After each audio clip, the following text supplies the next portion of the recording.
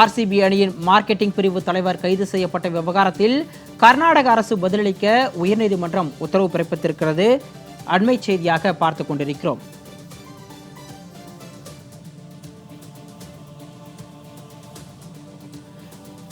கூடுதல் விவரங்களோடு சிறப்பு செய்தியாளர் யோகேஸ்வரன் இணைப்பில் இருக்கிறார்.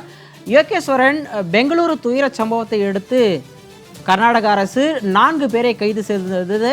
அதில் குறிப்பாக ஆர்சிபி அணியின் நிர்வாகி ஒருவர் கைது செய்யப்பட்டிருக்கிறார். இது தொடர்பான வழக்கில் கர்நாடக அரசு பதிலளிக்க உயர்நீதிமன்றம் உத்தரவு பிறப்பித்திருக்கிறது. இந்த உத்தரவில் வேறு என்னென்ன விஷயங்கள் கூறப்பட்டிருக்கிறது? விரிவான விவரங்களை பதிவு பண்ணுங்க. சிகாமணி, ஜூன் 4ஆம் தேதி பெங்களூர்ல இருக்கக்கூடிய சின்னசாமி ஸ்டேடியத்துல ஆர்சிபி அணிக்கு பாராட்டு விழா நடத்தப்படும் போதுதான் ஏற்பட்ட கூட்ட நெரிசல்ல 11 பேர் உயிரிழக்கிறார்கள்.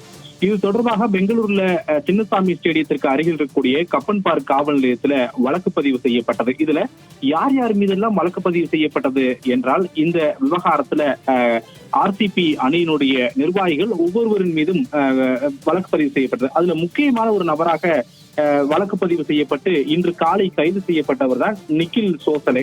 இவர் ஆர்சிபி அணியினுடைய முக்கிய நிர்வாகியாக இருக்கிறார். குறிப்பாக ஆர்சிபி அணியினுடைய மார்க்கெட்டிங் பிரிவு தலைவராகவும் இருக்கிறார். விராட் கோலிக்கு மிகவும் நெருக்கமானவர் இவர். பல்வேறு புகைப்படங்கள் கூட நம் முந்தைய காலங்களில் பார்த்திருக்க முடியும். இந்த நிலையில்தான் நேற்றைய தினம் காவல்துறையினர் வழக்கு பதிவு செய்த நிலையில இன்று காலை பெங்களூர்ல இருக்கக்கூடிய விமான நிலையத்தில இருந்து துபாய்க்கு விமானம் மூலமாக இவர் செல்ல இருந்தார். ஆனால் காவல்துறை அதிகாரிகள் இவர் விமான நிலையத்திலே தடுத்து வைத்து கைது செய்தார்கள் வழக்கின் விசாரணைக்காக. இந்த நிலையிலே கர்நாடக உயர்நீதிமன்றத்துல நிக்கில் சோசலே தரப்பிலிருந்து ஒரு அவசர மனு என்பது இன்று காலை தாக்கல் செய்யப்பட்டது ஆன்லைன் மூலமாக. அந்த மனுவில் என்ன தெரிவித்திருந்தாங்க அப்படின்னா, எந்தவித விசாரணையும் இன்றி தான் கைது செய்யப்பட்டிருக்கிறேன், எனவே தன்னுடைய கைது நடவடிக்கையை கர்நாடக உயர்நீதிமன்றம் சட்டவிரோதம் என அறிவித்து தன்னை விடுதலை செய்ய உத்தரவிட வேண்டும் என மனுவில் தெரிவித்திருந்தார். இந்த மனு மீதான விசாரணை கர்நாடக உயர்நீதிமன்ற நீதிபதி SR கிருஷ்ணகுமார் தலைமையிலான அமர்வுல விசாரணைக்கு வந்தது.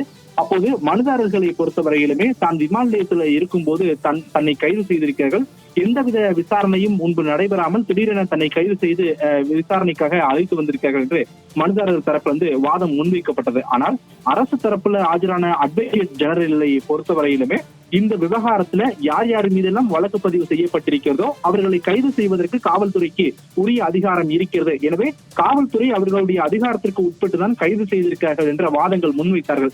இதற்கு எதிர்வாதமாக நிக்கில் சோசலே தரப்பிலிருந்து தன் மீது வழக்கு பதிவு செய்த காவல்துறை அதிகாரியே நேற்று பணியிடை நீக்கம் செய்யப்பட்டிருக்கிறார், எனவே தன் மீது பதிவு செய்யப்பட்டிருக்கூடிய இந்த வழக்கு என்பது செல்லாது என்பதை அவர் நீதிமன்றத்தில் தெரிவிக்கப்பட்டது.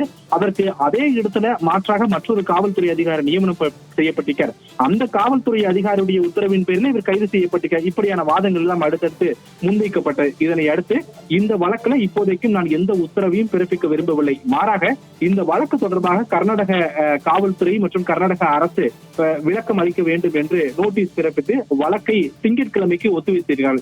ஆனால் திங்கட்கிழமை நீதிபதி வழக்கை ஒத்திவைக்கிறேன் என தெரிவித்த போது கர்நாடக அரசு தரப்பில் ஆஜரான அட்வொகேட் ஜெனரலை பொறுத்தவரையிலுமே நீதிபதி அவர்களை வழக்கை செவ்வாய்க்கிழமைக்கு ஒத்திவைக்க முடியுமா என்ற கோரிக்கையை முன்வைக்க, ஆனால் அதற்கு நீதிபதியை பொறுத்தவரையிலுமே இது ஒரு தனிநபருடைய சுதந்திரம் சார்ந்த விஷயம், எனவே செவ்வாய்க்கிழமை வரைக்கும் எல்லாம் வழக்கை ஒத்திவைக்க முடியாது, திங்கட்கிழமை இந்த வழக்கை ஒத்திவைக்கிறேன், அதற்குள் கர்நாடக அரசு தரப்பு இந்த வழக்குல நோட்டீஸ் பிறப்பதற்கு எதிராக நீங்கள் உரிய விளக்கத்தை அளியுங்கள் என கூறி வழக்கை ஒத்திவைத்து விட்டார்கள். எனவே வரக்கூடிய திங்கட்கிழமை இந்த வழக்கு மீண்டும் விசாரணைக்கு வரும்போதுதான் நிக்கில் சோசலே தொடர்பான அடுத்த கட்ட விவரங்கள் எல்லாம் தெரிய வரும் என்பதை வழக்கினுடைய விசாரணை அடிப்படையில் புரிந்து கொள்ள முடிகிறது. சிகாமணி,